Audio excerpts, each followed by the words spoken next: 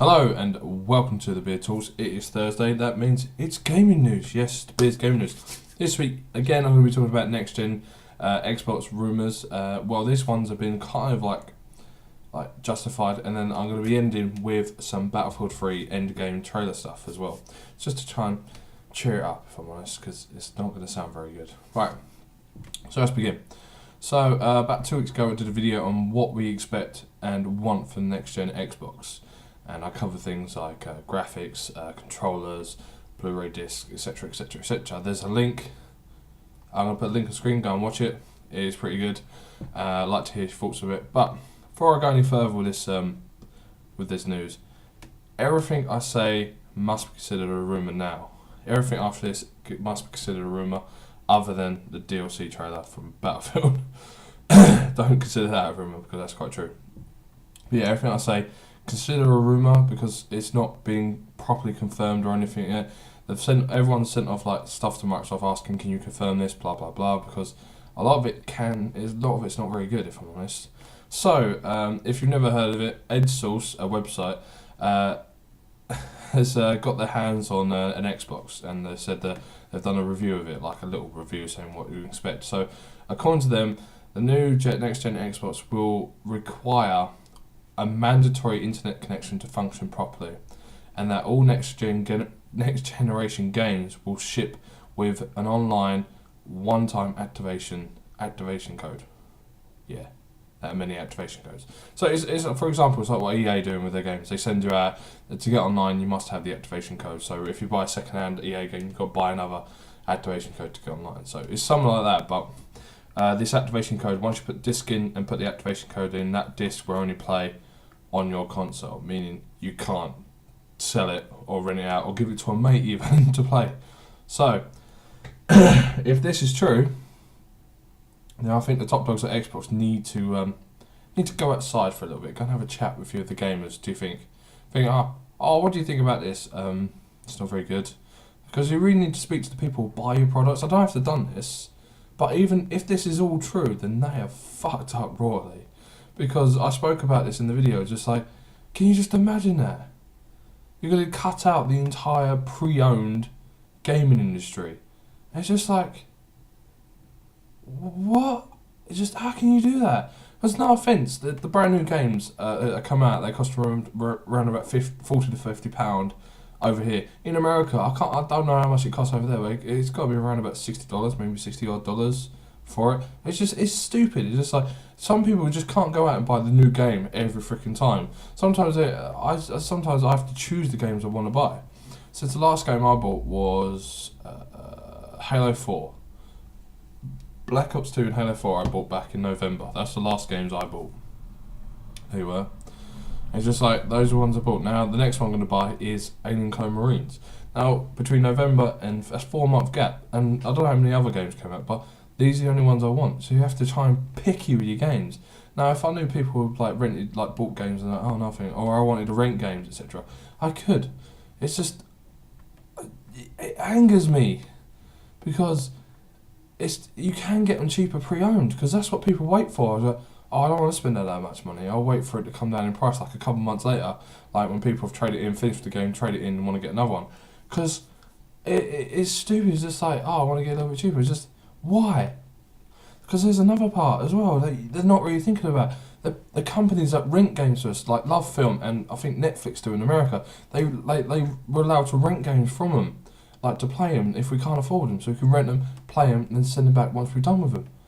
What's going to happen then? Once they send the next gen disc out to one person, that disc is going to be obsolete then. They won't be able to do it again. So that kind of like almost wipes out most of the rental market as well. It's just,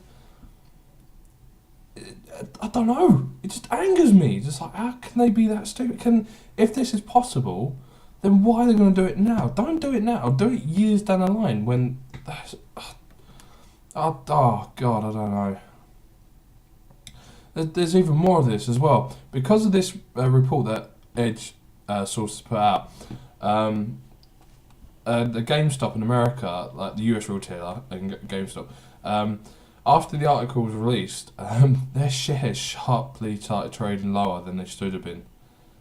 It's just like, it's stupid. It's like that one little rumour has literally started affecting their company, because the second-hand market for GameStop accounts for about 28% of its sales. But the funny thing is, though, the pre-owned market accounts to 48% of their gross profits in the ending quarter of October 2012. That's almost half their profits of pre-owned. Now, if you take that away, you're going to wipe that out. You're going to be, oh, we've only made 50%. Oh, crap, we're screwed. Literally, you're going to be affecting companies now, Microsoft. I know, I understand you want to make money, but when you start affecting companies, you were thinking, I don't think they should really think about it, but they probably don't. They probably don't care. They don't want to know. They don't really want to care about it. They just think about themselves. The other thing as well, this mandatory internet connection. Now, I spoke about this in my video, saying the world's internet connection is not good enough to do this. It is not. Apparently, Netflix said, what was it? Canada is the third world country when it comes to broadband. I was like, really? Wow. It's just stupid.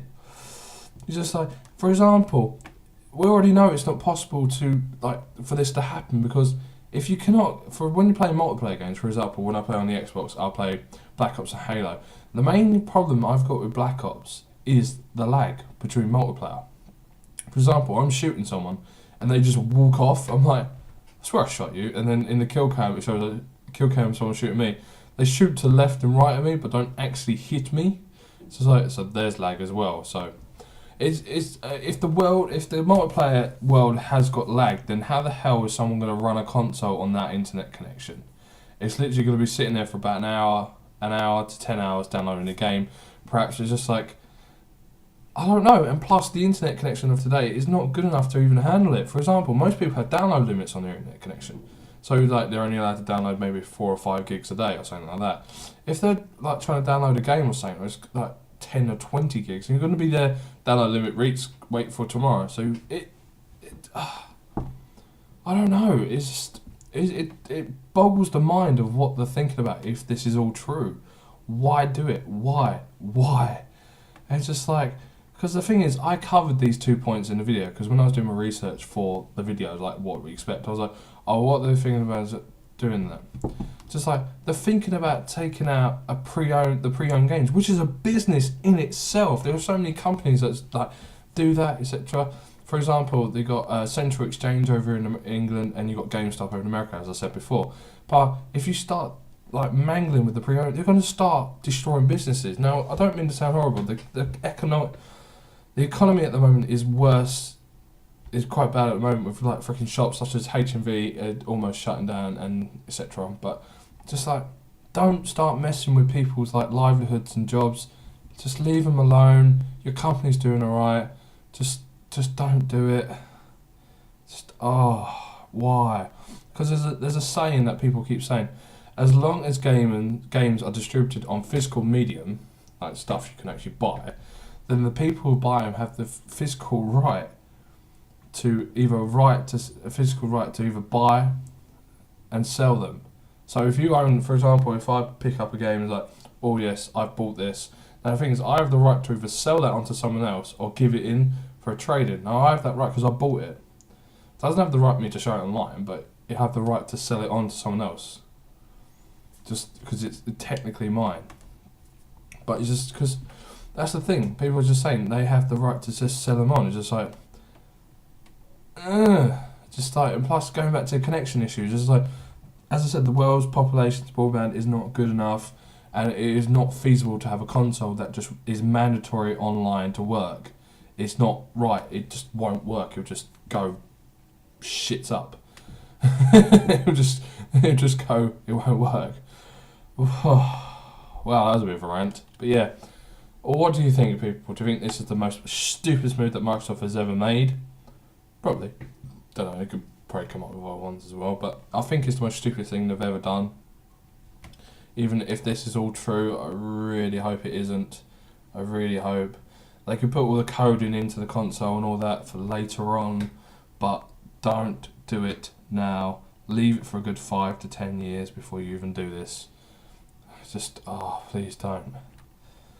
Right, but other than Edge went on to explain some more about the Xbox, like its specifications. Apparently, all the rumours about the specifications are correct. So So that will say it will have an AMD 8-core X64 1.6 GHz CPU, D3 D11 times 800 MHz graphics output solution, and 8 gigabytes of DDR3 RAM. So with those specifications, it's not bad, and not bad. And also, as always, other sources have confirmed about the 50 gigabyte Blu-ray disc, which kind of like 50 gigabyte Blu-ray disc to put all the game on, or most of the game, and they want us to possibly download that game off the internet. No, it's not going to work. But yeah, along with that, it's supposed to be coming along with the new improved Kinect V2 or version 2, whatever it is. Just like, I was like, alright then, I can deal with this. It's just like, so some bit of happy bits there, but all this has not even been confirmed. It hasn't been even confirmed by Microsoft. Just why?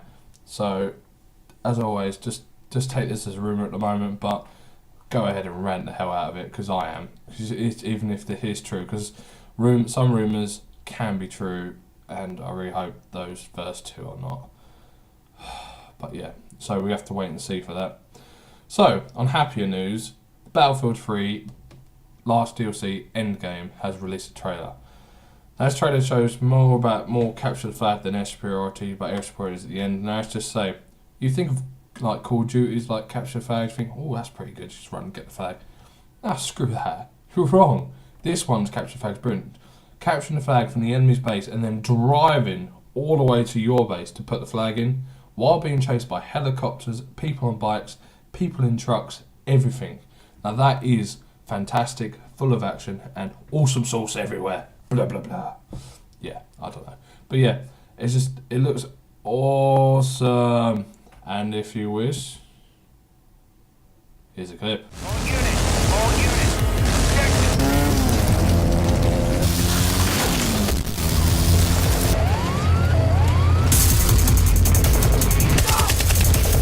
Don't you agree? That is awesome sauce. Yes.